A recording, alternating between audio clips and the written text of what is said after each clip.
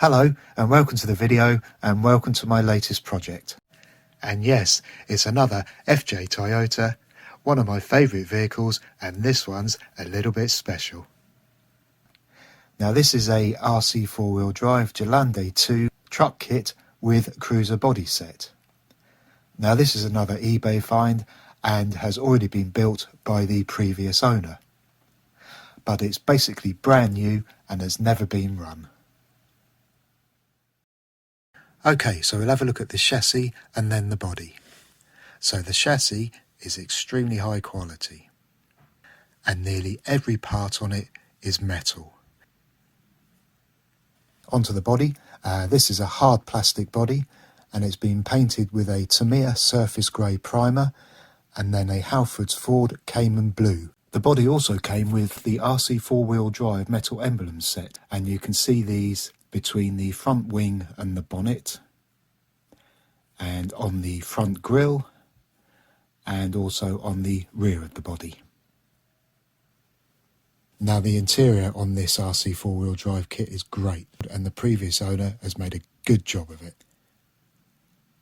He's painted the seats and covered them with black vinyl and made lap belts as well, which actually open and close.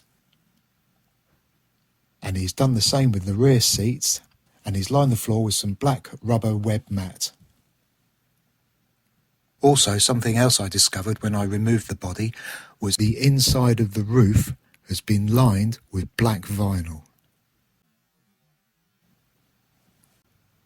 Also fitted to the inside of the body are LEDs, and these are in the headlamps, the lamps on the front fenders, and the side marker lamps on the left hand and right hand side of the body, and also the rear lamps and indicators on the rear bumper.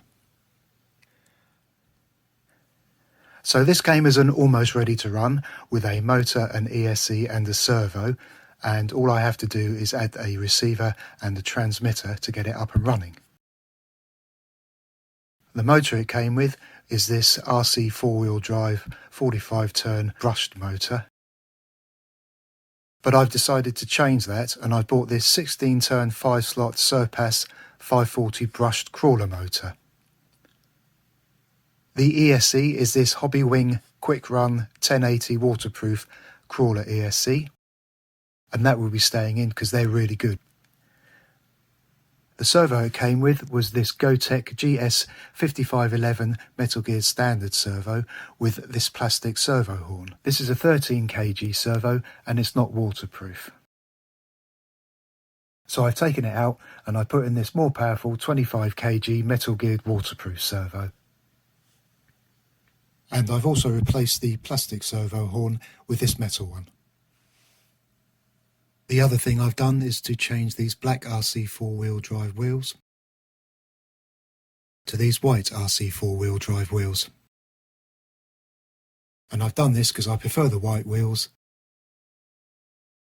and I think they look more suitable than the black ones.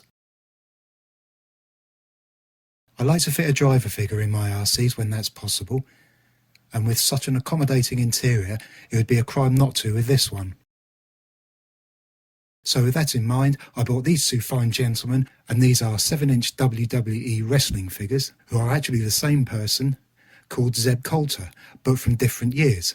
And I chose these because they're dressed smartly in different coloured clothes, they look different because they're meant to be a different age, and you could pass them as brothers. And here they are sat inside the interior. I had to perform minor surgery on their legs so they would sit in there comfortably, and a little bit of hot glue on their butts just to hold them in place. And once the cockpit's fixed inside the body, I think they're going to look really good. Another thing I bought to make it look more scale is a set of RC4WD inner fenders.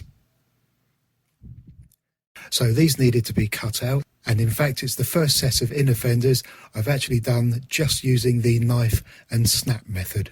I then filed down the rough edges and finished them off with a bit of wet and dry.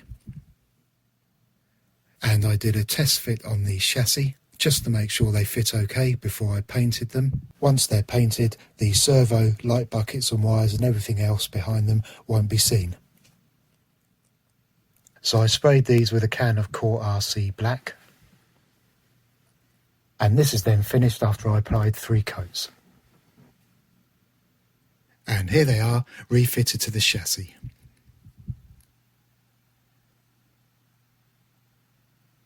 And this is with the body on. Now I've just sat the body on top of the chassis. It's not secured, so it's not sitting correctly, but it just gives you an idea of how effective these inner fenders are. And if we go back to the previous photo before they were sprayed, you can see in this photo just how well it covers everything behind it. And this is a photo of one of the rear inner fenders. I've also popped the interior back in so we can see how the figures look. So now I can see them inside the body. I'm not sure if they should be sat a bit higher or not. They look like they should be from the front, but from the side they look okay. What do you think? Let us know in the comments below. Okay, so there's still some work to do, and once that's complete, I should bring you an update video. Thank you very much for watching, and I'll see you soon.